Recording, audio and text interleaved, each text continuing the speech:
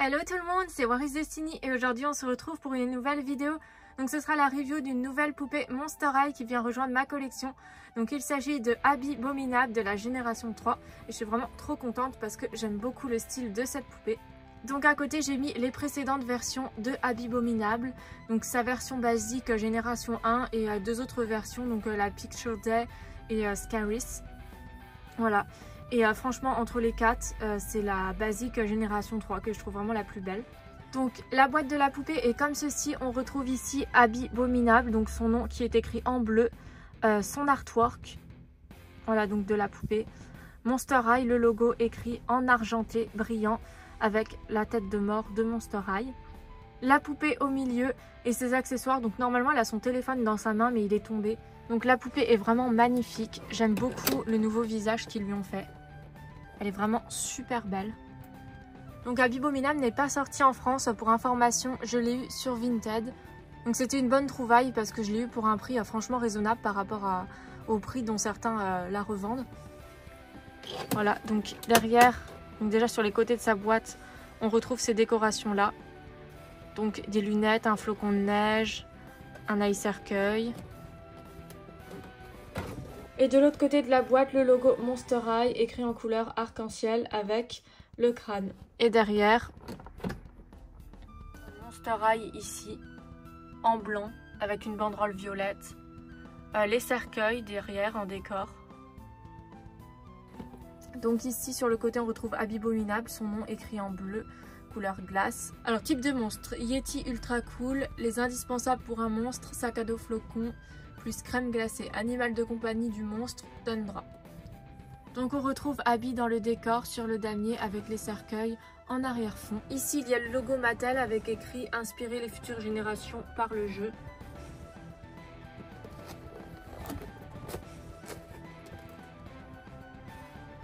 Donc voilà, on va tout de suite se retrouver pour la review de la poupée hors de sa boîte. C'est parti! Donc la poupée est sortie de sa boîte, elle est vraiment trop mignonne. Donc je vais tout de suite vous faire sa review et après je vous la montrerai avec ses accessoires. Donc pour commencer, elle porte des sandales à talons compensés qui sont violettes et bleues en forme de cristaux de glace. Voilà, et les sandales se rattachent derrière ses pieds comme ceci. Donc elle porte un pantalon mauve style pad def qui est ouvert sur les côtés avec comme motif des sortes de branches enneigées de couleur argentée, voilà, avec des reflets arc-en-ciel, c'est vraiment très joli, j'aime beaucoup. Elle porte une ceinture bleue en forme de cristaux de glace, comme ceci, avec une chaîne violette, avec un petit flocon de neige. Pour ce qui est de son haut, il s'agit d'un top à manches longues, qui est en dentelle violet, avec de la fausse fourrure sur le bout de ses manches, pareil violet également. Elle a une partie sur son top qui est blanche avec des coutures violettes et au milieu on retrouve un motif de flocon de neige, toile d'araignée avec des couleurs arc-en-ciel. Donc pour ce qui est de son visage, Abby a la peau bleue, elle a un rouge à lèvres violet foncé avec ses dents de Yeti qui sont dessinées par-dessus son rouge à lèvres. Elle a son nez qui est de couleur violet sur le bout, des petites taches blanches et un flocon de neige en dessous de son œil. Ses yeux sont violets avec des petites étoiles blanches. Elle a un fard à paupières bleu et rose. Ses sourcils sont violets. Ses boucles d'oreilles sont rose foncé et en forme de cristaux de glace. Donc ses oreilles sont comme ceci, donc ses oreilles de Yeti. Et elle a également des cornes.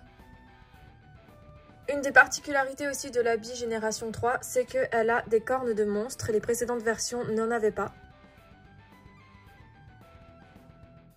Donc la coiffure d'Abby, elle a deux petits élastiques mauves qui rattachent ses mèches. Une de ce côté-là comme ceci et une autre qui est rattachée comme cela de ce côté-là. Et elle a un deuxième élastique pour attacher sa mèche au niveau de son bras. Donc sa coiffure est vraiment super belle. Donc ses cheveux à l'arrière sont détachés, ils sont raides, d'un bleu très pâle qui tire presque sur le blanc. Elle a des mèches roses et des brillants dans ses cheveux. Ils sont super longs, ses cheveux, ils lui descendent à peu près jusqu'aux pieds. C'est la Monster High qui a les cheveux les plus longs de toutes les Monster High que j'ai, il me semble bien. Enfin, du moins de la G3, ça c'est sûr. Elle est vraiment très jolie, j'aime vraiment beaucoup cette poupée. Donc pour ce qui est des articulations de la poupée, elle est articulée au niveau de ses pieds comme ceci. Elle peut bouger ses pieds comme ça. De ses jambes. Donc comme ceci. Comme ceci. De sa taille.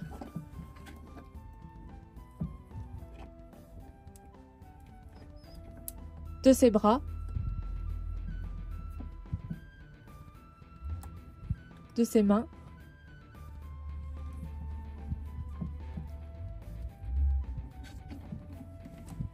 De sa tête.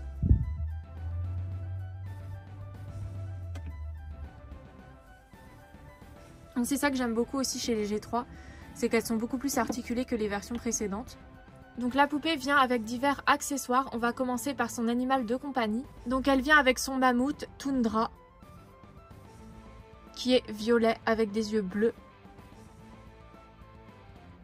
Donc ses autres accessoires, elle vient également avec son eye cercueil qui est rose en forme de glace et son sac violet, donc son sac à dos, qui est en forme de flocon de neige. Donc leurs téléphones tiennent au niveau de leurs doigts. En fait, il y a une petite accroche pour accrocher le eye cercueil comme ceci sur son doigt. Donc le sien est rose en forme de cornet glacé. Et son écran est comme ceci. Voilà, donc il est en forme de cercueil.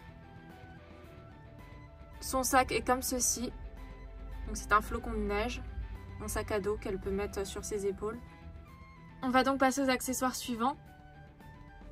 Donc Abby, elle vient avec une paire de lunettes bleues avec des sortes de cristaux de glace fondus comme motif.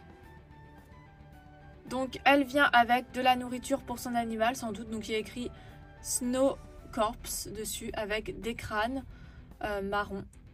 Voilà, et de la neige, de la glace, tout ça. Donc elle vient avec un cornet glacé et une sorte de smoothie. Donc son gobelet est violet avec 2 cornes et des yeux représentés sur son gobelet. Donc sa glace est comme ceci, c'est une glace au chocolat avec écrit dessus Rest in Peace, Died by Chocolate. Donc repose en paix, mort par le chocolat.